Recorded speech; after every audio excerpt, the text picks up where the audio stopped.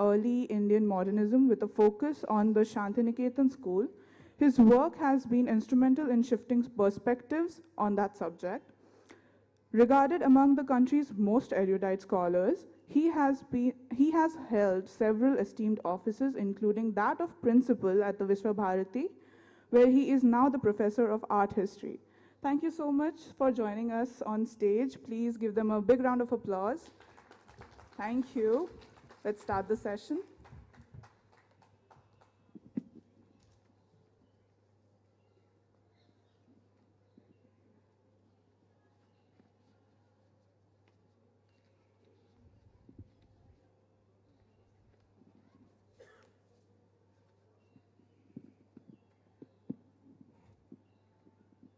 Hello. Good afternoon, everyone. I'm very happy to be here today and in conversation with Umadi. For the last 50 years, Umadi has been working on Rabindranath and Santiniketan, or broadly that area. We already were informed about the books she wrote. In fact, it's literally 50 years, because the first piece I think that she wrote, a longish essay on the history of Santiniketan and Sriniketan, was in 1976 in the Vishwabharati Quarterly. So since then, she has written all these different books, the biography of Rabindranath, a pictorial biography of Rabindranath, and a biography of Rabindranath in his own words, and edited a volume on his views on education and nationalism, and then explored Rabindranath through his relationships with very important individuals. The first one was the difficult friendship, which was an edited volume of letters of Edward Thompson and Rabindranath.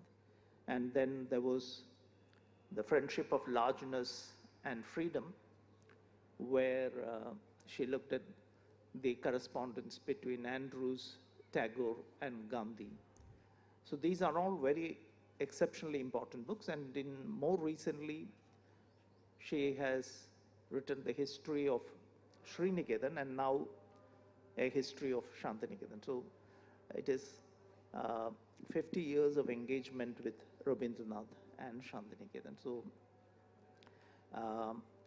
and incidentally, this book I see begins with a kind of a little chapter on Santiniketan before Rabindranath. And I thought this was very interesting, because when we normally write about Rabindranath or Santiniketan, it starts from the school. But there was a small institution before, and you have begun with that. Now, it also brings certain thoughts into the reader's mind, like, did this Santiniketan of Devendranath have an impact on Rabindranath's work in Santiniketan? Obviously, he would have moved away in various ways, but at least to start with, the name of the school, for instance, I mean, calling it Brahmacharya Vidyalaya, or that itself probably comes from something for which there was a provision in Devendranath, in the trust. Yes, yes. So all this, so I was wondering, how did that impact the thoughts of Rabindranath? And because your book is not necessarily about the history in terms of facts and figures and dates and all that, but it's a history in terms of ideas and thoughts and which work behind. So that's probably the reason I thought this might be an interesting way to begin with. Yeah. Thank you. Yeah. It's, I don't know, I think it's open. Yeah, yeah, I think. Thank you so much for being here. And I'm so pleased to have Siva Kumar as my partner in this conversation. Am I audible? Yeah. Okay, good. What Siva Kumar was referring to is very interesting that he's caught on to it. I have used 1863 to 1941 for the history of Santiniketan. Now, of course, Rabindranath was born in 1861, so I'm not gone wrong. But literally 2 years old when I begin this history. Why did I do it? That is, I think, what you are sort of pointing to. Indeed, I do think that the ashram, the Santiniketan ashram, was a key factor in both in Rabindranath's mentality, his spiritual feelings, and of course, therefore, in the history of Santiniketan, which, as he was saying just now, that most people would begin the history of Santiniketan with the history of the Santiniketan school. But I think the school was very much a part of the ashram, both factually, and I'll come to that in a little while, but also because of Rabindranath's own very, very strong commitment to the Upanishadic age. And I'll read out a few little passages which I think will enable you to connect with this. So there's this very beautiful, of course, but not so easy to.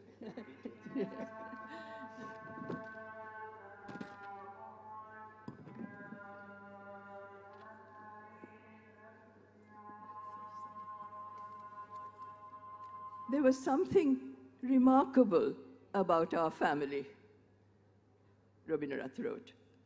It was as if we lived close to the age of pre-Puranic India through our commitment to the Upanishads.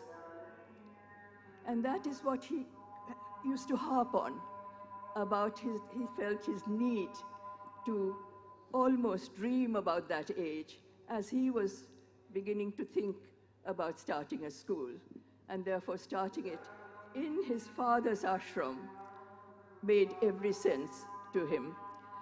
And hence, I sort of thought 1863 would be a good way to introduce the history of Santiniketan, because most people wouldn't know that it began as an ashram. Most people know that it's Santiniketan as we see it today. Indeed, it is Santiniketan. Some of it is as we see it today. But the heritage zone, which UNESCO has now done a wonderful thing to, to preserve for posterity, it really brings you close to that time. Even if you've never been to Santiniketan earlier and you stand there, I think you feel that this is a place with a difference. Why is it a place with a difference? It is a place with a difference because it began as an ashram, not an ashram for monastics. It was never, and it was never a place for monastics, but it was an ashram for meditation and prayer, for retreat by the householders. Devendranath Maharshi, whom Siva Kumar has mentioned, did it really for himself, but also for householders, as he has written in many places, for householders who needed time for prayer and meditation, a very modern thought, and yet obviously a very, very deeply spiritual thought. So this I think was very important to the beginnings of Santiniketan, even as we know it. And I'll now read out from how, when he was beginning to think of the school, why he actually thought of it, thought of starting a school like a hermitage, like a tapabon, where he thought these ideas, the Upanishad ideas, created a lot of spiritual philosophy for which the Hindu religion is obviously so well known, so historically rich. And as you know, the Tagores were Brahmos, but they did not, and Debendranath certainly made an issue of it almost to fight the orthodoxy in his time, to say, because they said that they had, the Tagores that is, had actually come away from Hinduism, had abandoned Hinduism, and Debendranath wrote a lot of spiritual commentaries, very learned ones. They're all in print, or many are in print. I wouldn't know whether they're all, but many are in print, to explain that they were actually very much Hindus. It's just that they moved back to the spiritual element of the religion and move away from the customary element, worship. This is what they were, I think, very upset about. Well, upset in the sense, this is why it was a kind of Protestant movement, because of the worship part, which they didn't want, which the Brahmos thought was unnecessary, and wanted to bring that away, bring society, bring our people away from that customary approach to Hinduism. So this is Rabindranath writing when he was starting the school.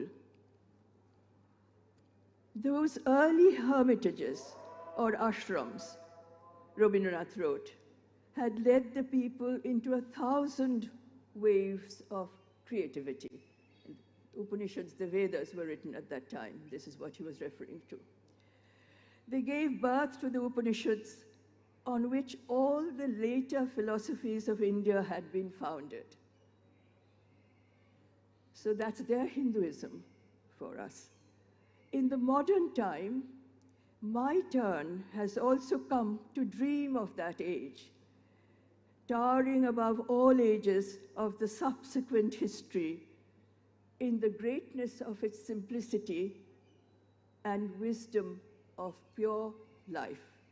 So that is what he was aiming at. Obviously, it's a longer piece, but I can only do little bits and pieces.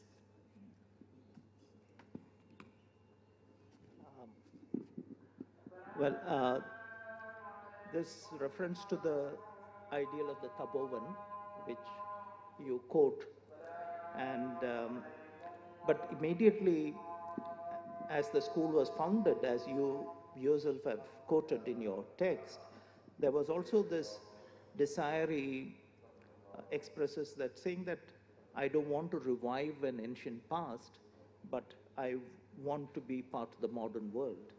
And so in his words, I think he writes something like, to connect with that which is alive. Yeah. So the other, related to this and to what you were saying, I noticed there were certain phrases or coinages that you use very early in your text, and I think that's important. One is Vishwa Prakriti, the other is Vishwa Bodh.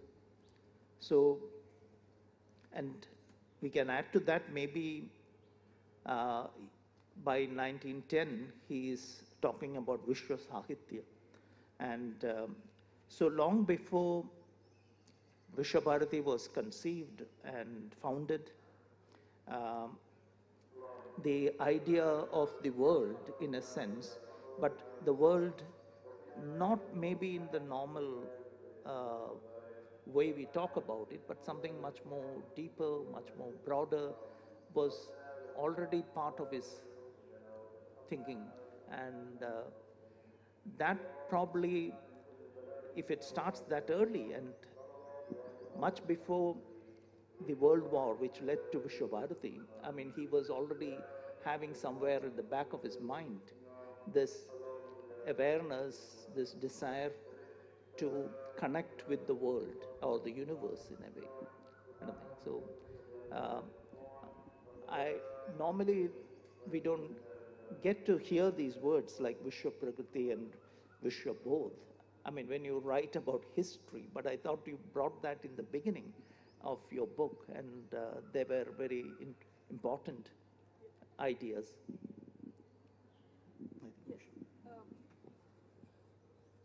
Indeed, as Siva Kumar was mentioning, the Santiniketan school was not called the Santiniketan school to begin with. And there we'll go back to the actual date when it was started. It was started in 1901 at the turn of the century in the Santiniketan ashram. I won't repeat that, I've already said it, because the ashram was already there from 1863. It was first called the Brahma Vidyalaya. Again, very much in keeping with Maharishi Devendranath's idea of what a school not should only be called that, but also be teaching, obviously the classical philosophy, the Upanishadic philosophy.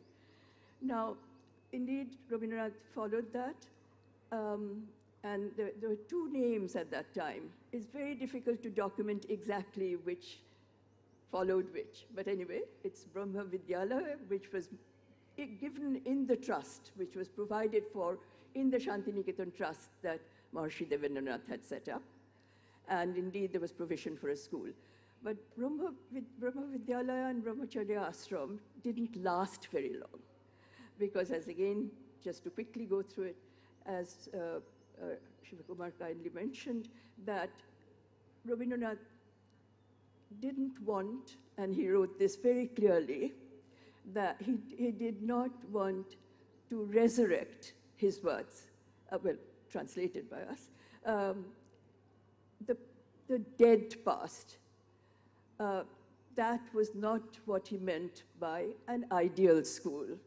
For him, an ideal school had to be where a student's mind, or students' minds, could be opened up to a relationship with the world. Relationship with the world. So that is the Vishwabodh that we were referring to. And that was very, very important, the Vishwabodh idea.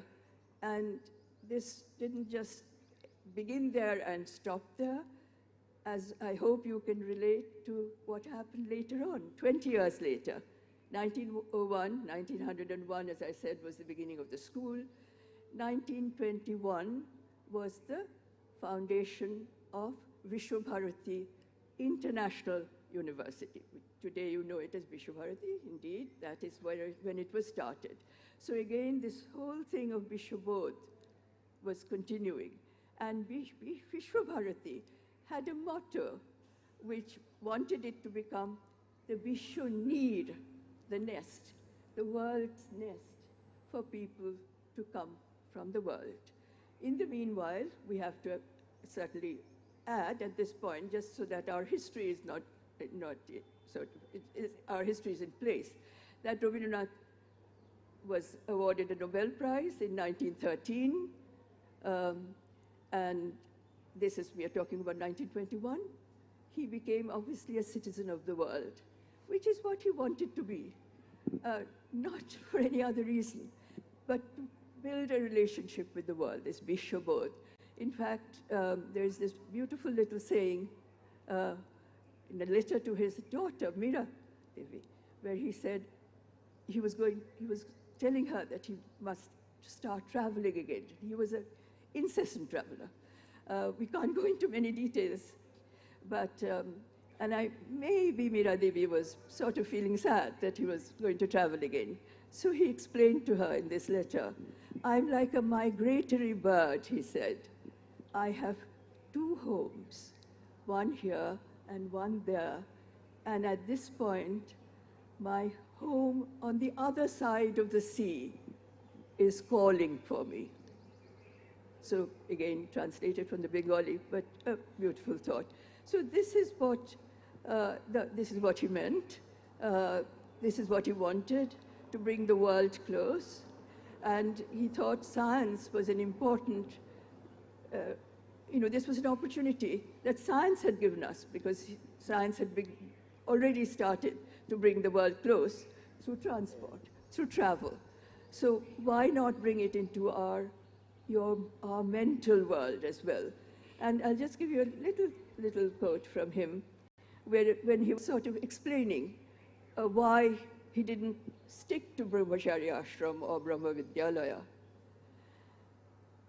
Because the growth of this school is the growth of my life, his life, and not that of a mere carrying out of my doctrines. Its ideals will change with its maturity like a ripening fruit that not only grows in its bulk and deepens in its color, but undergoes change in the very quality of its inner pulp. In some of his early letters, he referred to the school as a divine task, quote unquote, and to the boys as the companions for his highest mission. So there's these factors all coming into the foundation of this school, and how it actually went on to become an experiment in an alternative education. Yeah. Now, taking forward from there, I mean, freedom was central to Rabindranath's idea of education. And this is also something you have noted in your book. And perhaps that organic growth you referred to is related to this. And it also means not only the organic growth of Rabindranath's idea, but also the organic growth of his colleagues and the students. So this also probably, I was just wondering, and this meant that he had to be extremely patient, because an organic growth of oneself is one thing, but of others with whom you work, because Santiniketan, I feel, besides being an experiment in education, it was also an experiment in community building. So a community that is not brought together, given birth to by a predetermined project, but probably through this process of organic growth, where freedom is central. Of course, I mean, I feel that this was one of the not only central things for Rabindranath and Santiniketan, but also where he differs a great deal from somebody like Gandhi. I mean, who had a program and he wanted to implement it very quickly, in a sense. But Tagore had to wait, because things have to change from within each person. I mean, to create that harmonious community that he thought about, dreamt about.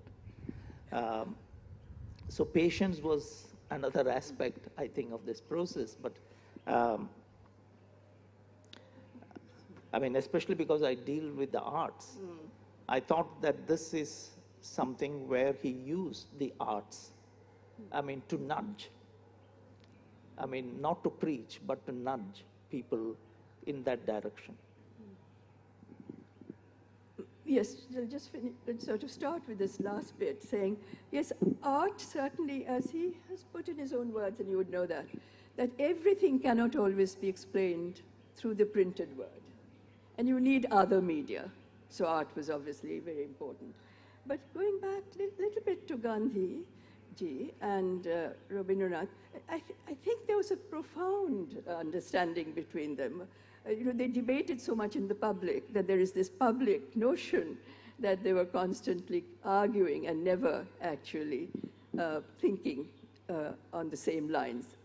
Not true. They were profoundly alike. But anyway, that is another subject. But Gandhi was in a hurry. He had to be, because Gandhi was trying for India's independence. But even Gandhi, as you know, was a man of great patience. In fact, that book that you referred to kindly, The Largeness of Freedom, which was about Rabindranath, Gandhi, and C.F. Andrews, the three of them, they are private correspondence, which is not available in, well, it's now available, but it's not available in the standard texts on nationalism. So we don't actually get to know how much they agonized. Yeah, I mean, in fact, maybe there is this wonderful painting by Abanindranath of the three of them together, which probably is a little, I mean, Abanindranath's insight into that relationship, which you explore in your book, please. No. So they actually, sometimes C.F. Andrews, being the saint he was, and he was true to both sides. Obviously, he was an Englishman and a great Anglican priest, but he was honest, first of all. And he knew that there were people in the imperial government who didn't want independence, but he knew there were also people in the imperial government who certainly was, understanding of independence. So he would push Gandhi. Rabindranath didn't need any pushing because he was really not. Rabindranath thought social justice first and then political freedom. We get social justice, we bring social justice into our country, and we will get freedom. But that is a very high ideal. But Gandhi, he was obviously in a hurry. But even Gandhi was not allowing himself to be pushed by his greatest friend, C.F. Andrews. He would say to both of them, Rabindranath, and because these letters were between them, so obviously it was between them. Whatever anyone was saying was between the three of them. He said that so long, Gandhi, this is Gandhi's own saying, so long as they are unable to prove that they want to belong to the brotherhood of men, all of us, we will not ask them to quit. In other words, we'll give them a chance to join the brotherhood of men. It was really as direct as this.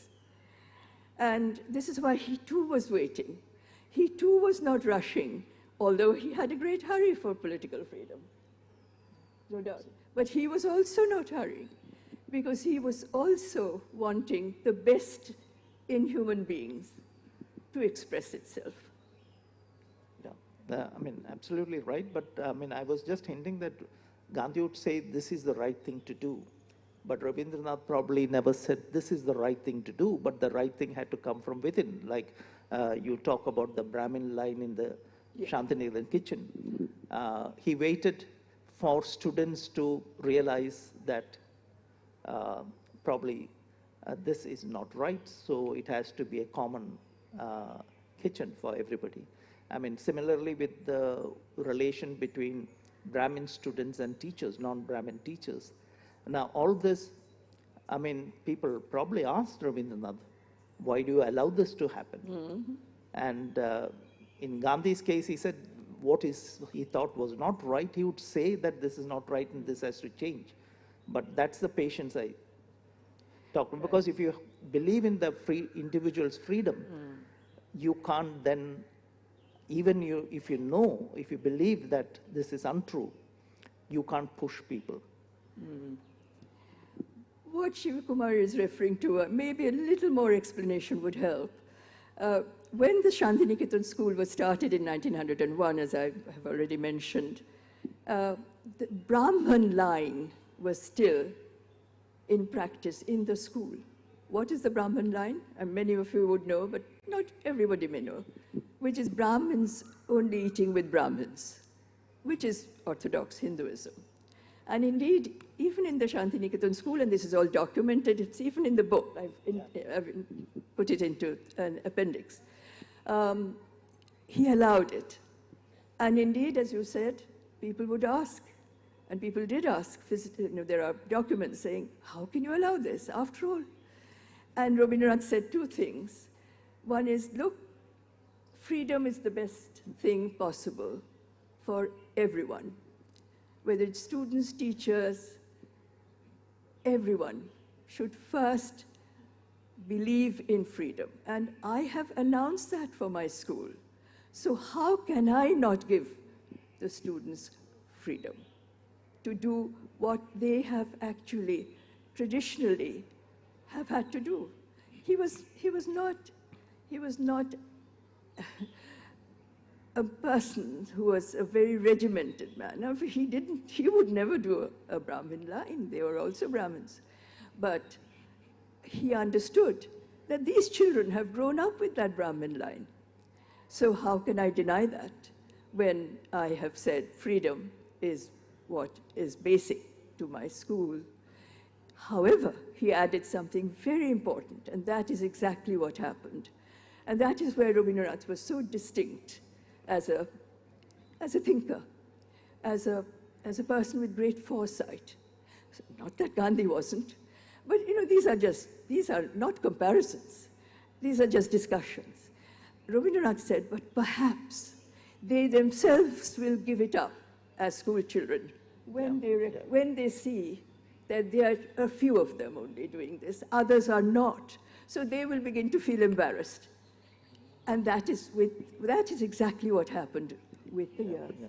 The Brahmin line just went on its own. There was no controversy afterwards after this. Yeah. No, I just thought, because one of the things I just felt, because this is where he uses his own songs, the plays he wrote and performed in Santiniketan, as well as the festivals that he designed, and the kind of work that he got the artist of Santiniketan to do as well, whether it's Nandalal or kind of thing. So they were all part of that nudging. He is not telling what should be done. No, but that he never did. Yeah. He never told. Yeah, so that was something because this touches you emotionally, it allows you to rethink and then maybe transform yourself from within. So that freedom that he talked about, but there was certainly a nudging that we did through his creations and the creations of his colleagues who aligned with him. So that probably, there was a very subtle way of functioning for Rabindranath. That's. And it was also very artistic. Yeah. As I was saying, many of because you get it in joy. That's and right. And it's from joy you start your rethinking. Yeah, please. Of course. Some of you may have already connected with this. But we don't always, all the time, connect with everything at the same time. But this comes to us, even with our maturity, it comes to us. But almost all his social reform ideas, Chandalika, all were expressed in plays and dramas. That is how he wanted to reach out to his society, to his people, just by showing them these plays. By writing these plays, first of all, he wrote all these plays for his school. And school children acted them later, college, later university children went all over the world with his dance troupes, his art troupes. So, yeah. So, as we were saying to one another, he actually didn't sit in a classroom and say, don't do this. This is not good for society. He hoped that his plays would actually be sending out those messages. There was one called Shama, which is very difficult to understand because it's about the individual's moral justice. Very, very difficult to understand. At least Chandalika is part of a Buddhist story and a Buddhist tradition, or in fact a Hindu tradition, where a Chandal, born a Chandal, one who is born as an untouchable, cannot offer water, drinking water, to any one of us who are from castes, the normal caste system. So there was a story there, but Shama was a story of moral justice, and how he expressed it is something unique. Yeah. Of course, from this sense of freedom, probably we move into something which he felt very deeply about, and you have also written about that in your book, is his engagement with this concept of nationalism. You have said there is this nationalism with the capital N and the nationalism with the small n. And certainly the nationalism with the capital N was something that he kind of disliked, critiqued, and thing. So that again, I thought was something that was important for this concept of the India of the future, because he was, in a way, like perhaps Gandhi and others at that time, were a natural acceptance of plurality. Now, of course, I think all our leaders at that time thought about this acceptance of plurality as a natural thing that we in India would be doing. Yes, because of our civilization. Yes, absolutely, yeah. Included streams of... Yeah. But I think that he carries on into the relationship within nations itself, that idea. Not just within India, but also when he thinks about how nations would relate to each other. I think he carries that innate sense of plurality. And that probably is also the brighter side of his critique of the nationalist state. Yeah. Yes, indeed. I mean, nationalism is one of the key things that Rabindranath worried about in more aspects than one. I mean, related to more aspects than one. He has even been misunderstood as a result, as a non-nationalist. But that was not true. He was not a non-nationalist. There were two things about nationalism, just to be very brief, that he questioned. One was the territorial nationalism that the West, ever since World War I, was obviously perpetuating, grabbing more land, grabbing more territory, and making their own area into a nation state. And that was something that he strongly objected to. And so that was one. The other was this national chauvinism that he completely rejected. And there was a very important letter which I'm trying to find, which I would like to read out to you, which he wrote to his son, and I found it almost exactly in this context. We've already talked about his Bishoboth, his great anxiety to reach out to the world. You see, we must remember, he was a colonial citizen. He never saw India's independence. So he felt very strongly like a provincial, and he didn't want to be a provincial. So he wanted to constantly break out of being a provincial. So therefore, this is something that irked him. At the same time, both he and Gandhi were very good citizens. They never went against their government. That was not their mentality, not a part of their mentality. They protested, they would protest, that's why, in the open, and they did not go into any other kind of maligning. So this is what Rabindranath wrote in 1916 to his son, Rothindranath. The Santiniketan school must be made the thread, Shuddha, the thread linking India with the world. We must establish there a center for humanistic research concerned with all the world's peoples. Concerned with all the world's peoples. Bring the world close. The age of narrow chauvinism is coming to an end for the sake of the future. And this was the second most important point, connected to the nation-state idea. That, look, this is chauvinism, that this is my nation and this is my state. Of course it is your nation, but do not become inhuman for that reason. You do not hurt other people, like China did to Japan did to China, and so on. So can't go into examples. So the age of narrow chauvinism is coming to an end for the sake of the future. Therefore, the first step towards this great meeting of world humanity must be taken in these very fields of Bolpur. Bolpur is the railway station that takes you to Santiniketan. Many people say, I'm going to Bolpur, but they mean they are going to Santiniketan. So Bolpur, fields of Bolpur and Mat. Yeah. This was his phrase, Bolpur and Mat. Can any one of us imagine inviting the world's humanity to Bolpur and Mat? Siva Kumar and I have lived in Santiniketan, and he still does.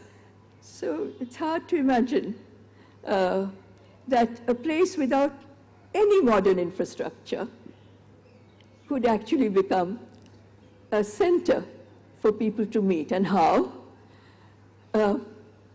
Rabindranath used to travel a lot, I've already mentioned, can't go into any details, and he would spread the word of Vishwabharati. He would spread the word of Santiniketan.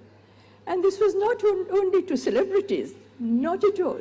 It was mostly to ordinary people who flocked his lectures in New York, he flocked his lectures elsewhere, again, not to go into details.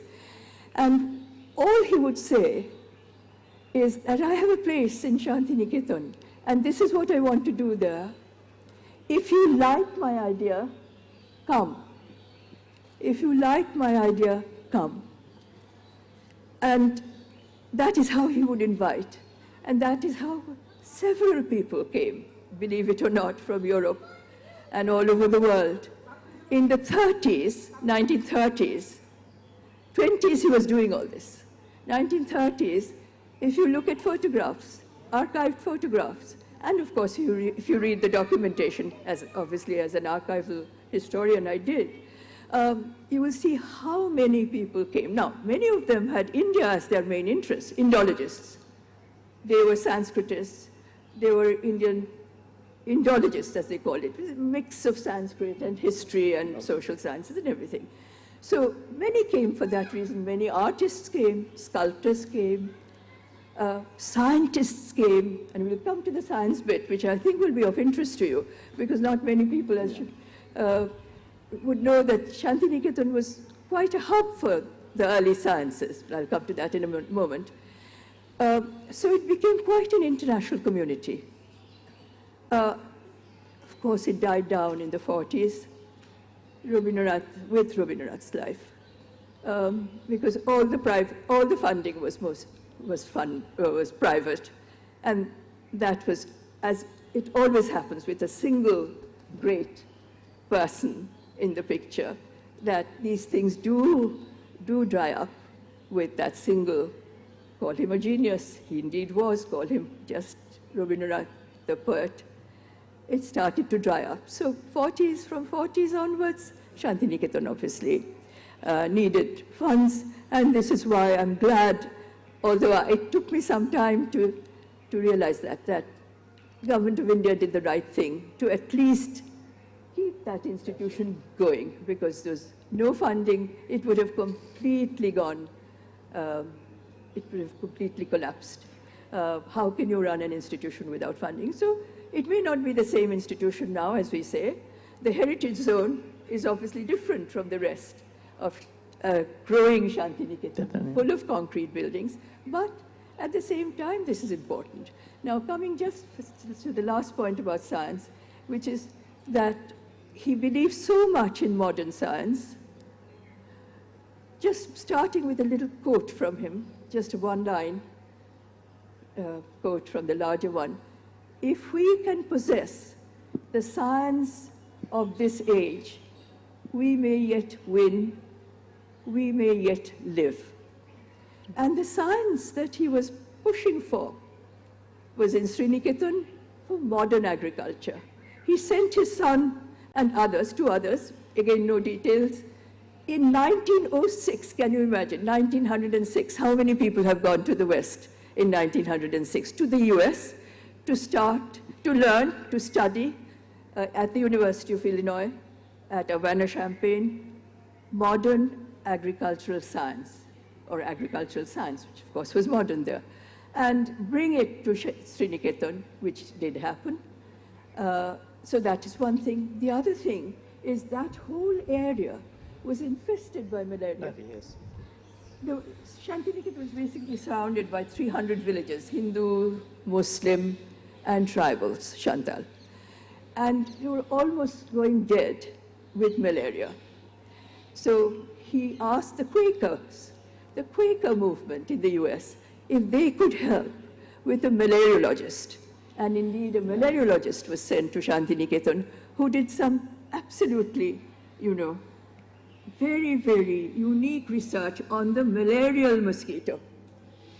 And that is how that whole area was almost saved in the future from proliferating malaria. So, yes, no, absolutely. And one of the things, again, that you note in your thing, I mean, I'll come to Sriniketan but before that, Rabindranath's ideas on nationalism sometimes doesn't get the right attention it needs, but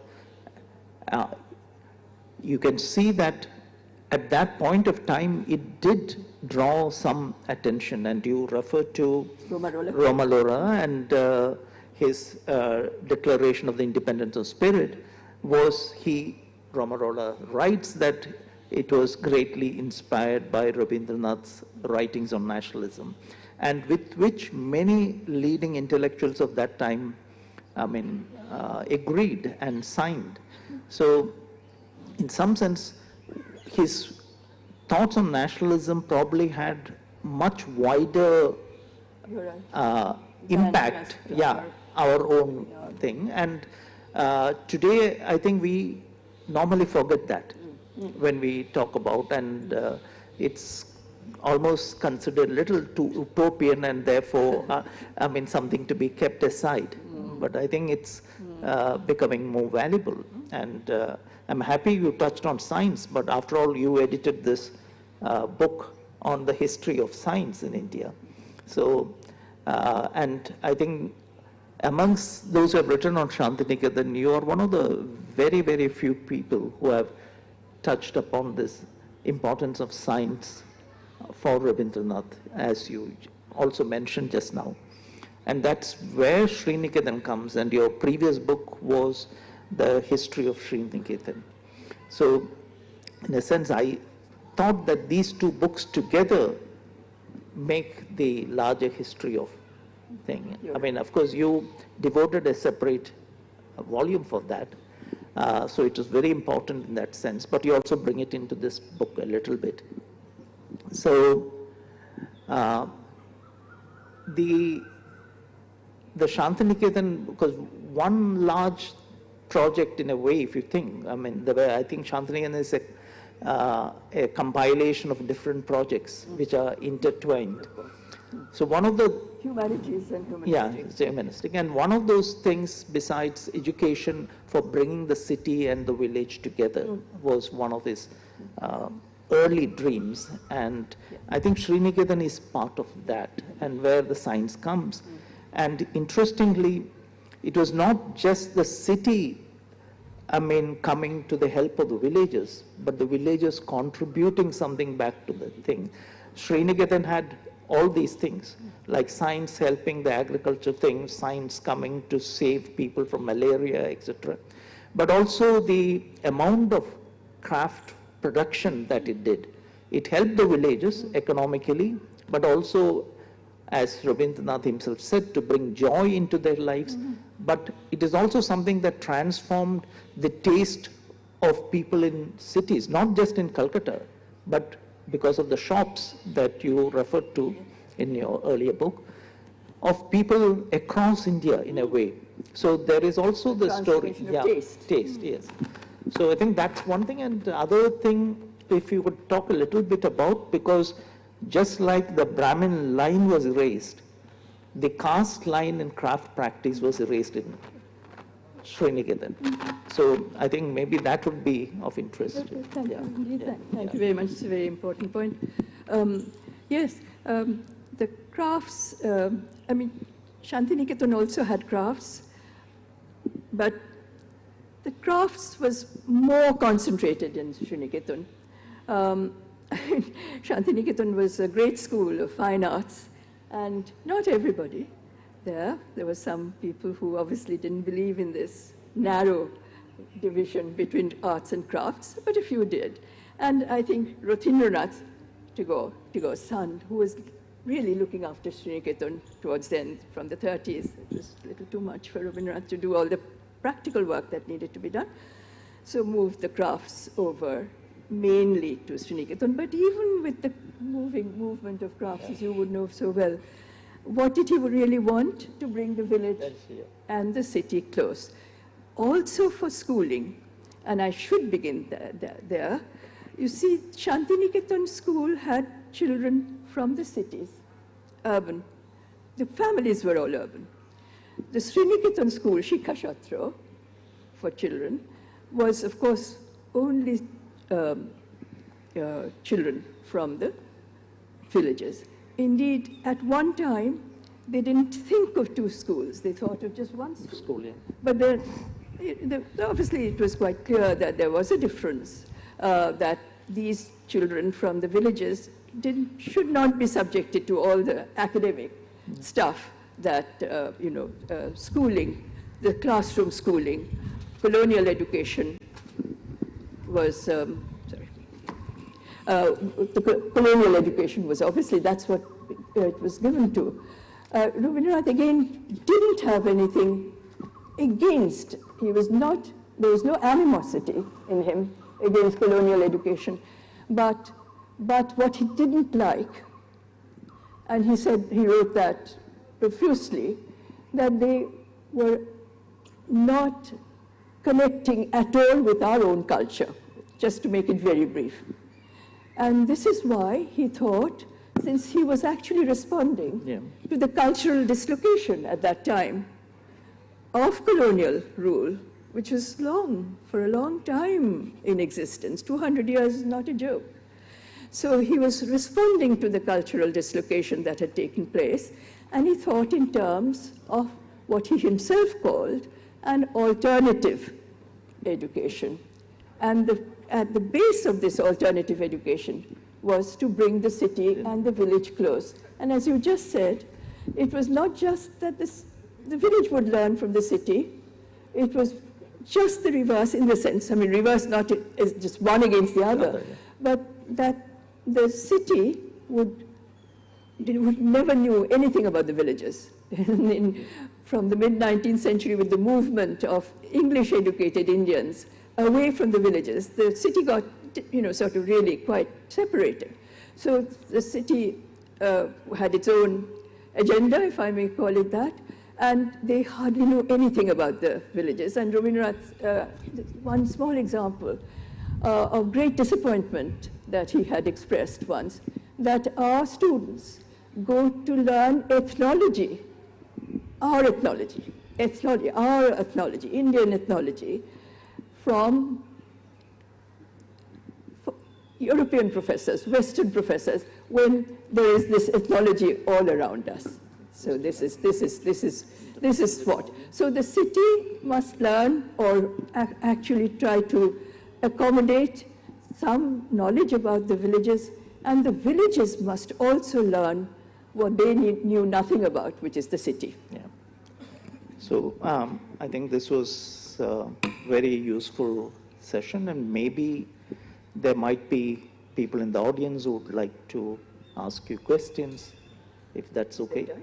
Yeah, yeah. So I think maybe about 5-10 minutes we can have a few questions.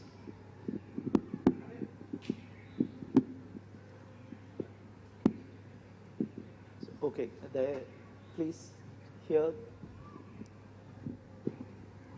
I mean, here, to this side.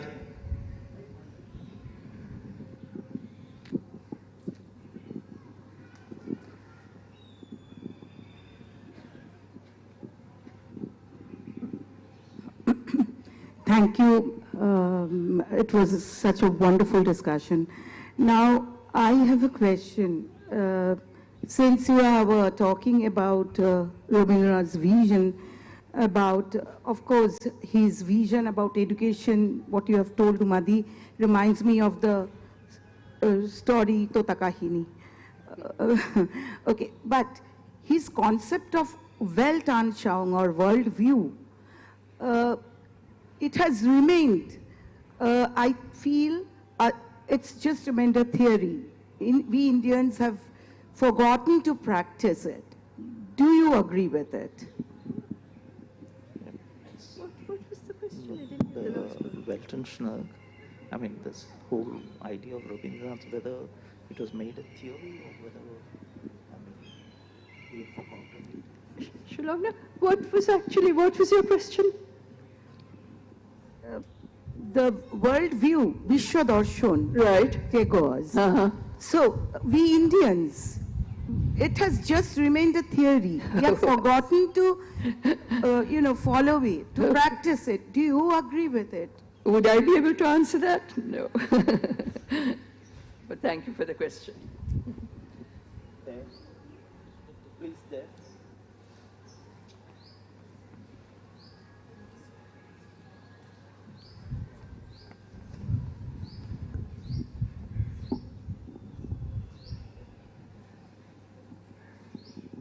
Thank you. So this is not a question as such, but a little note of gratitude to Uma ma'am, you and Siva Kumar sir, your works, because we are a group of students oscillating between Delhi and Kolkata, and we sort of engage with Tagore's work and are trying to sort of organize a very grassroots movement which sort of look at his idea of humanism, and we are trying to sort of counter the crisis of civilization that's sort of going on in every sphere. And I would be like, once you both come down from the stage, I would be gifting little pamphlets that we have made.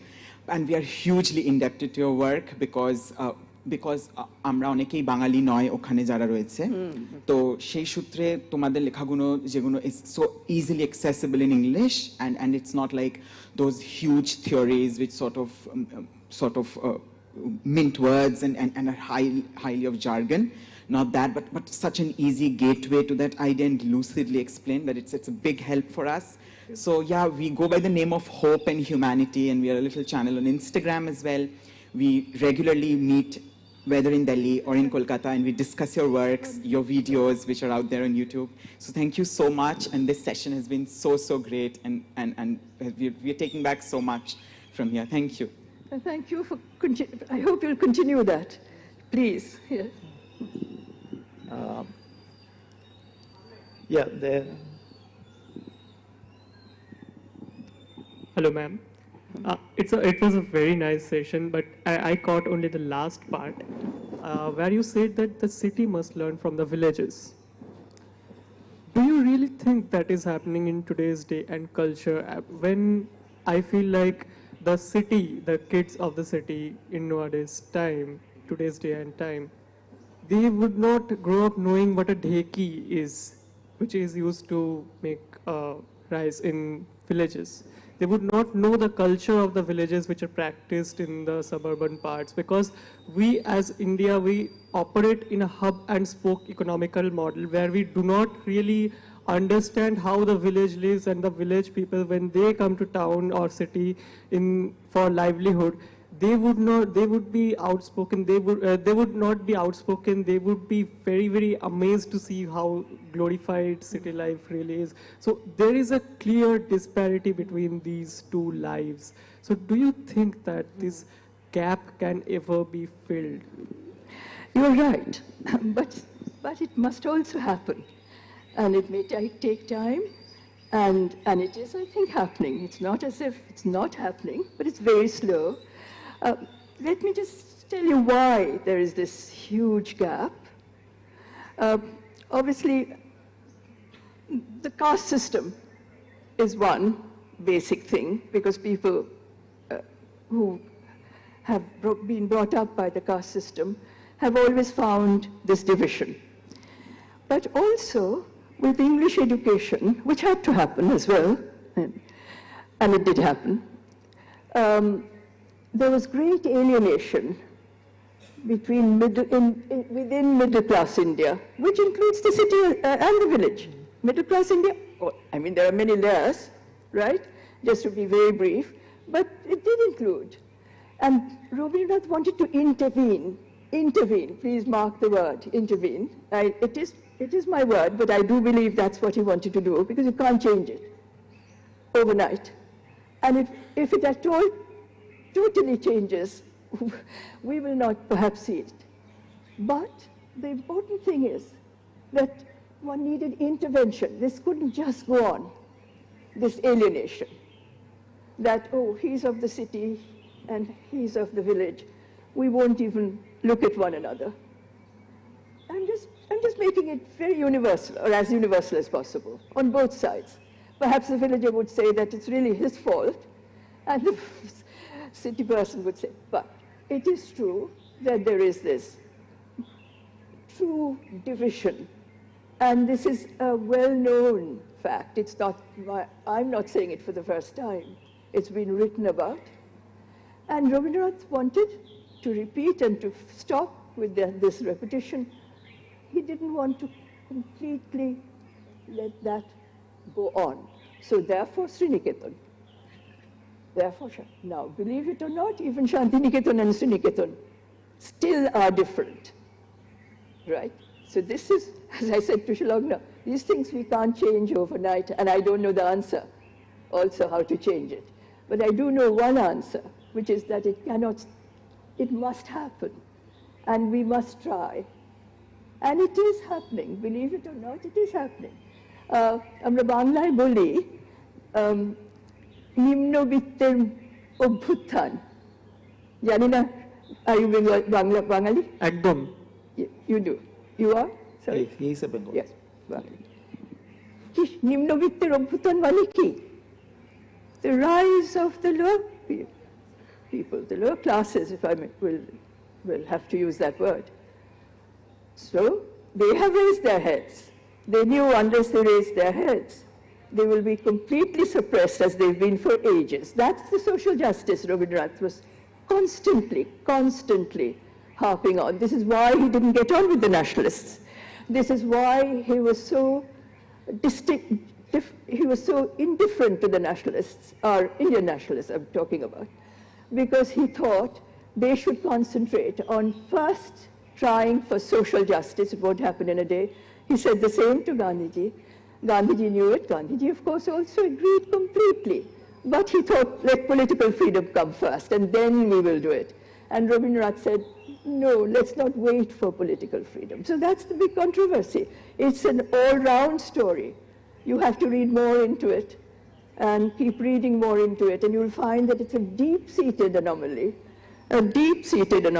in our society, and not easy to brush aside, not easy to correct. And no one will probably have the last word on this. Yeah, but of course, one should also remember that in 1900, when Rabindranath started all this, things were much worse. And so this is why I'm saying it did happen. Yeah. Otherwise, Sriniketan wouldn't have happened. And why did I write my history of Sriniketan before I wrote my history of Santiniketan? I was invited to write these books by Yogi Books, the publisher.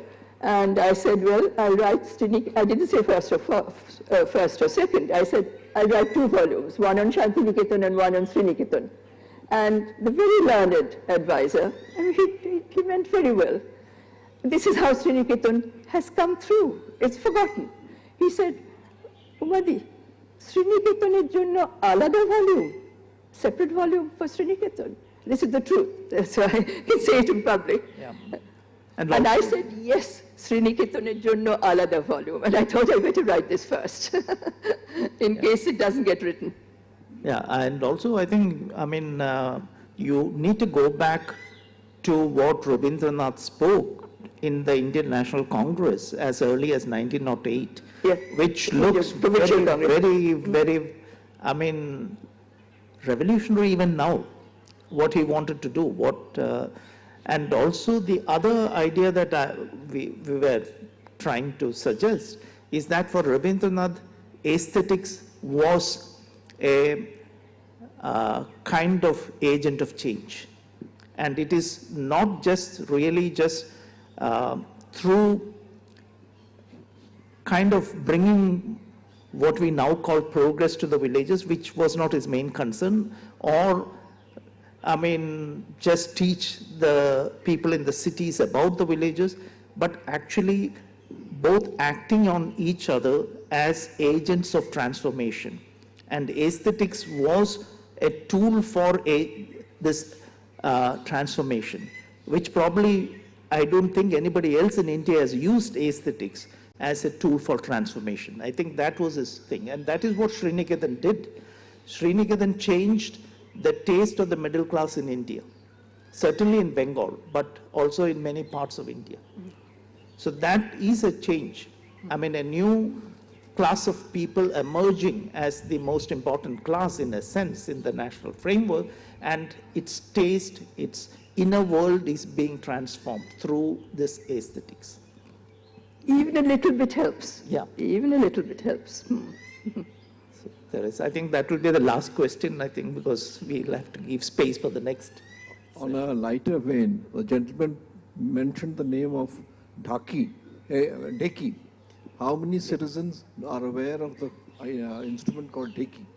Now, Dheki Chata Chal, very Unpolished rice. is a premium item within the city. People look forward to it. So there, the issue of exchange of information has started taking place at a lower level. Perhaps we are not always aware of it. True. It is changing, slowly but surely. And we must feel a little pleased about that. Yeah. His intervention is working. Rabindranath's intervention is working. Okay, so thank you very much Thank you. for this wonderful kind of thing.